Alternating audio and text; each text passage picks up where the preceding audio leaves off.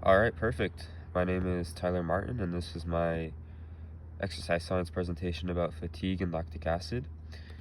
So right off the bat, I wanted to put my questions that kind of prompted my research.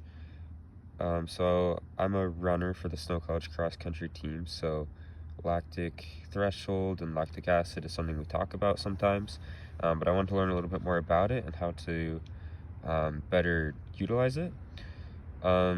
So it just kind of states here that lactic acid builds up quickly after working at threshold paces and can cause a lot of fatigue. If you don't know, lactic acid is when your muscles can't get enough oxygen, when you're pushing your body hard in exercise. There's a lot of intensity, especially in endurance events uh, like biking or running. Your muscles will get really tired and feel that fatigue because you won't be able to have that oxygen flow as freely because it's a little bit limited, just kind of based on where your fitness is. So that's why we feel a lot of fatigue working out. So the questions I put were, how can someone better recover and avoid this fatigue while still benefiting from working at these paces? And how can athletes better prepare and train using lactate as a strength instead of a weakness? So I found a couple of really helpful articles that talked about measuring muscle fatigue and different training methods that have been developed over the years to kind of help with this. Over on the right, you can see a diagram that kind of describes a little bit of how lactic acid works in your muscles. The blood lactic goes to the liver, then it goes over to blood glucose, and when that gets into your muscles, that's when you start feeling a lot of that fatigue.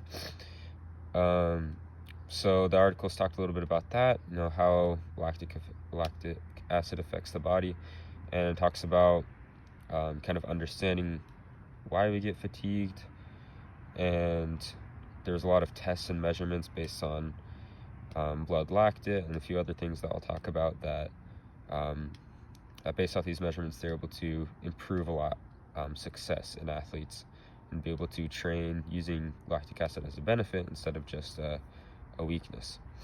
So one of the main points that the second article I read hit on a lot was why fatigue even happens, because we have to look at the source to figure out the solution.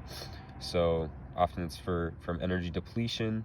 There's not enough glycogen or other energizers in the body, not enough things to keep you going to help you stay fueled. You have a lot of that acid buildup that I've already talked about, and then lots of chemical changes in your muscles. And then basically the kind of main point about talking about all this in the article is that controlled fatigue can be beneficial, but if we're over fatigued, then usually means we're overtraining and we're just going to get poor recovery and negative effects. So on the right, I put a picture of me when I ran the St. George Marathon a few years ago, and this was the moment when I felt the most lactic acid in my legs out of any other time, because this was the last mile out of 26 miles, and I was running at a pretty fast pace, pretty happy with my first 22 miles, and then the last 4 were very painful, and I wasn't able to go as fast. My fitness was pretty well developed at this time, so I was still able to hold on to a decent pace to get close to my goal time, but not as fast as before, and it was definitely much more difficult because my muscles didn't have that oxygen, that support that they needed, and I didn't have enough energy in me either. And you can't really tell by my face, but I am grimacing pretty hard because I could feel that lactic acid, and it was a struggle. All right. So one of the things that the first article talked about a lot was the best methods that have been developed over the years. A lot of the professional athletes, elite runners have kind of found that doing high mileage throughout the week, but most of the mileage being easier, as in like just running the miles but not pushing yourself super hard, works as a form of recovery, as well as working your aerobic system, but not building you up with too much lactic acid. But then you want to have interval training throughout the week, like 2 or 3 or 4, just depending on how you want to do it.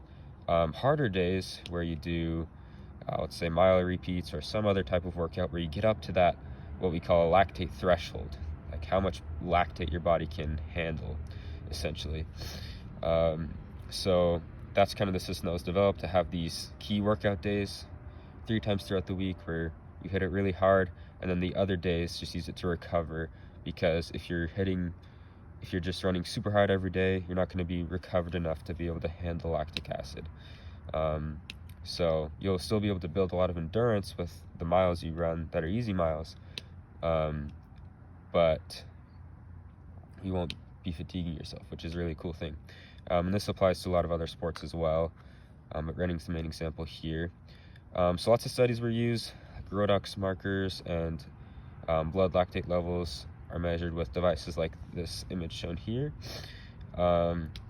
One of the main points, though, is with more fitness, you won't have as much fatigue and you'll be able to kind of control better your lactate levels.